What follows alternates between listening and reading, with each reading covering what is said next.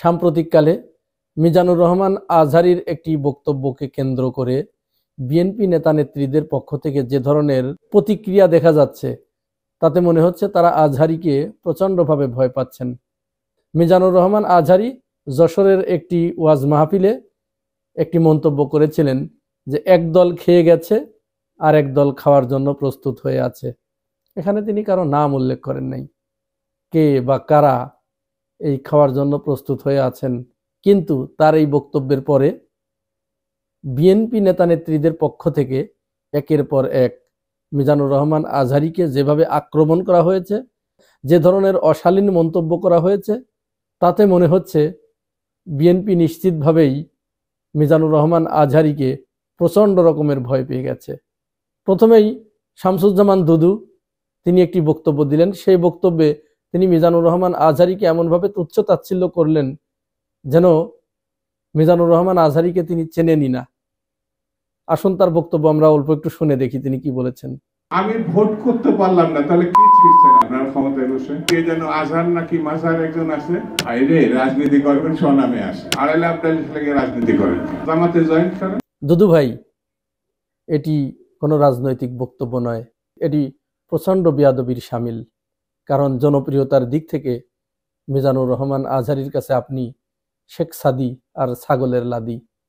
শামসুজ্জামান দুদুর এই বক্তব্যের কয়েকদিন পরেই বেগম খালেদা জিয়ার উপদেষ্টা ফজলুর রহমান, যিনি এখনো প্রচণ্ড মুজিববাদে বিশ্বাসী এবং সাবেক ছাত্রলীগ নেতা, ছাত্রলীগের কেন্দ্রীয় সভাপতি ছিলেন, তিনিও একটি বক্তব্য দিলেন। তার সেই বক্তব্য আসুন একটু শুনে দেখি। কোন দেশে এইভাবে মাইক লাগায় সারা রাত শুধু রাজনৈতিক বক্তৃতা হয় যার নাম কয় ইসলাম? এটা তো একটা ওয়ারান দেশ পাইছে, যা ইচ্ছা তা বলতেছে মৌলানা মৌলবীরা, এবং হেলিকপ্টারে যাইতেছে, গাড়িতে যাইতেছে, লাখ লাখ টাকা নিতেছে। এটা তো একটা ব্যবসা বাণিজ্যের ব্যাপার। ফজলুর রহমান ভাই, এদেশের মানুষ আপনাদের দেখে ইসলামকে চেনে নাই।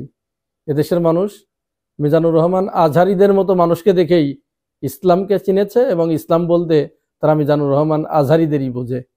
হয়তো থাকতে পারে তাদের ভিতরেও ভুল ত্রুটি থাকতে পারে, কিন্তু আপনি যেভাবে বললেন বিএনপিকে ডুবানোর জন্য আপনার এই বক্তব্যই যথেষ্ট। সর্বশেষ আমরা আর একজনের বক্তব্য আপনাদেরকে শোনাবো। আসুন দেখি পাপিয়া কি বলেছেন, একটু শুনি।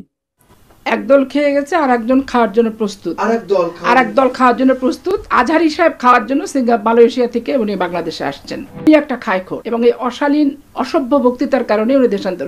মূলত কথা হচ্ছে মিজানুর রহমান আজহারী যে জায়গায় দাঁড়িয়ে এই বক্তব্যটি দিয়েছেন সেখানে প্রায় 30 থেকে 40 লক্ষ লোকের সমাগম হয়েছিল, এবং তিনি যেখানে যাচ্ছেন, যেখানে বক্তব্য দিচ্ছেন, যেখানে ওয়াজ নসিহত করছেন, সেখানে লক্ষ লক্ষ লোকের সমাগম হচ্ছে।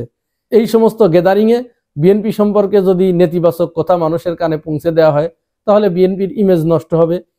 মূলত এই জন্য মিজানুর রহমান আজহারীর জনপ্রিয়তায় ঈর্ষান্বিত হয়ে তারা নিজেদের গায়ের উপরে কথাটি নিয়ে তাকে এখন বিতর্কিত করার প্রচেষ্টা চালিয়ে যাচ্ছে বিএনপির নেতা নেত্রীরা।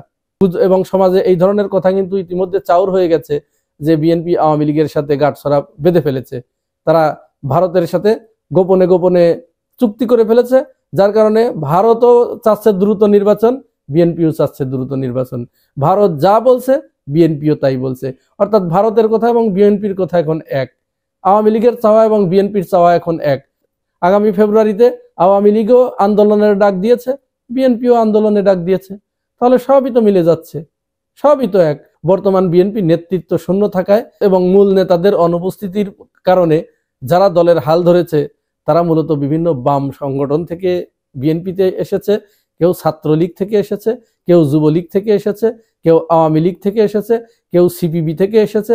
তারা মূলত বাম সংগঠনগুলো থেকে এবং বাম ঘরানার লোকগুলো এসে বর্তমানে দলের হাল ধরেছে, যার কারণে বিএনপি যে আদর্শটা লালন করে, বিএনপি যে একটি উদার গণতান্ত্রিক এবং ইসলামমনা একটি দল, বিএনপির বর্তমান নেতা নেত্রীদের বক্তব্যের মাধ্যমে মানুষের ভিতর থেকে এই ধারণা এখন ভাঙতে শুরু করেছে।